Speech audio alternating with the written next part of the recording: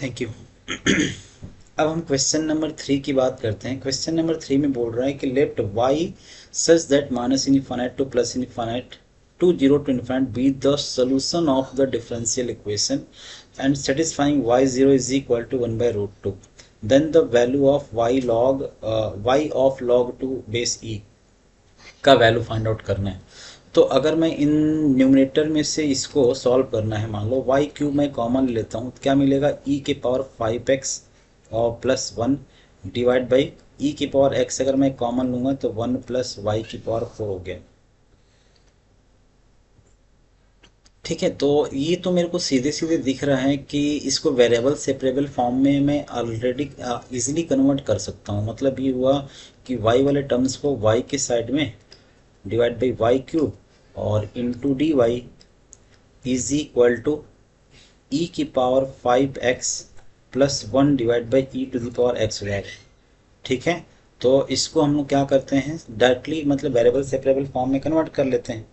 तो जब variable separable form में कन्वर्ट करेंगे और इसका इंटीग्रेशन करेंगे, इंटीग्रेट कर देते हैं, इंटीग्रेट यहाँ पे, और एक कांस्टेंट हमारा जुड़ जाएगा। तो इंटीग्रेट करेंगे तो उससे क्या फ़ायदा होगा, 1/y³ आएगा, और 1/y³ का जो इंटीग्रेशन होगा, यहाँ पे मैं लिखता हूँ 1/y³ का जो इंटीग्रेशन होगा -1 डिवाइड बाई 2y² हो जाएगा, और फिर y बचेगा तो y का इंटीग्रेशन y²/2 बन जाएगा, इज इक्वल टू ई के पावर 4x बचेगा। ई के पावर 4x का इंटीग्रेशन करेंगे तो ई के पावर 4x डिवाइड बाई 4 हो जाएगा, और 1/x का इंटीग्रेशन करेंगे तो -1 डिवाइड बाई ई की पावर x हो जाएगा, ई की पावर -x होगा तो, और प्लस कांस्टेंट।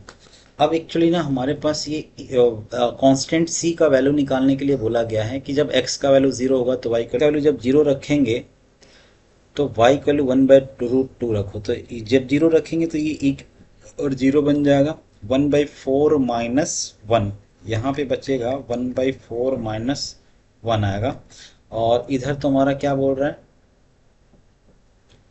y का वैल्यू जब x का वैल्यू 0 रख रहे हैं तो y का वैल्यू 1/√2 है। 1/√2 इन द सेंस ये ऊपर जाएगा तो 2 -1 हो जाएगा, और 1/√2 यानी 1 डिवाइडेड बाई 4 हो जाएगा, तो 1/4 और ये प्लस c है, तो ये तो कैंसिल हो जा रहा है, c का वैल्यू 0 आ जा रहा है।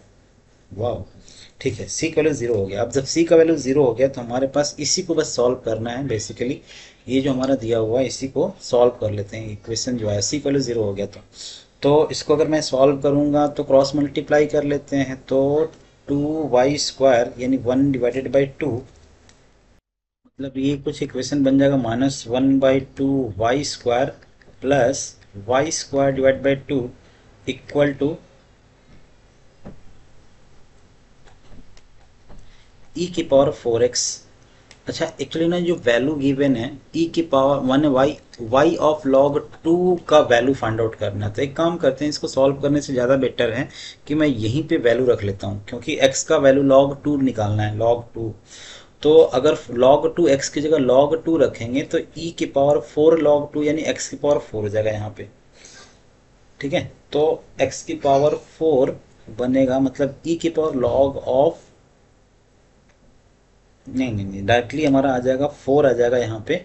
बिल्कुल e की पावर 4x, यहाँ पे अगर मैं x की जगह 4 मतलब हमको पुट क्या करना है, सॉरी, x की जगह हमको पुट करना है, x की जगह ln2 पुट करना है। तो e के power L4 times of ln2 अगर मैं कैलकुलेट करूँगा तो ये इधर आ जाएगा।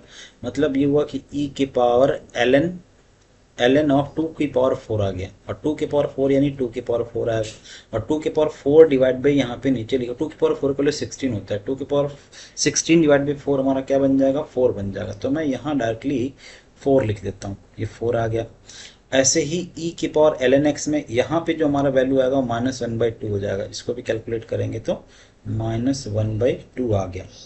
ठीक है, अब यहाँ से हमको क्या करना है, let y² is equal to p मान लेते हैं, और इसको सॉल्व कर लेते हैं। सॉल्व करेंगे तो p² -1 divided by p² -1 divided by 2p is equal to 4 2 जा 8, 4 2 जा 8, 8 -1 यानी 7/2 आ जाएगा। अब इसको सॉल्व कर लेते हैं, यहाँ से p का वैल्यू निकाल लेते हैं। तो जब p का वैल्यू निकालेंगे तो हमारे पास पहले क्रॉस मल्टीप्लाई कर लेते हैं, 2p square minus 2 is equal to 14p। मतलब ये हुआ कि 2p square minus 14p minus 2 equal to 0, यानी p square minus 7p minus 1 equal to 0। तो अब यहाँ से p का वैल्यू निकालते हैं। तो p का जो वैल्यू आएगा वो क्या आएगा, 7 प्लस माइनस 49 प्लस 150, 49 आएगा पहले, 49 b square minus 4ac, 49 plus 4 हो जाएगा, प्लस 4 डिवाइडेड बाई 2। तो मतलब ये हुआ कि 7 plus minus root over 53 divided by 2 आ जाएगा। ठीक है, तो ये p हमने क्या माना था, p जो था y स्क्वायर था।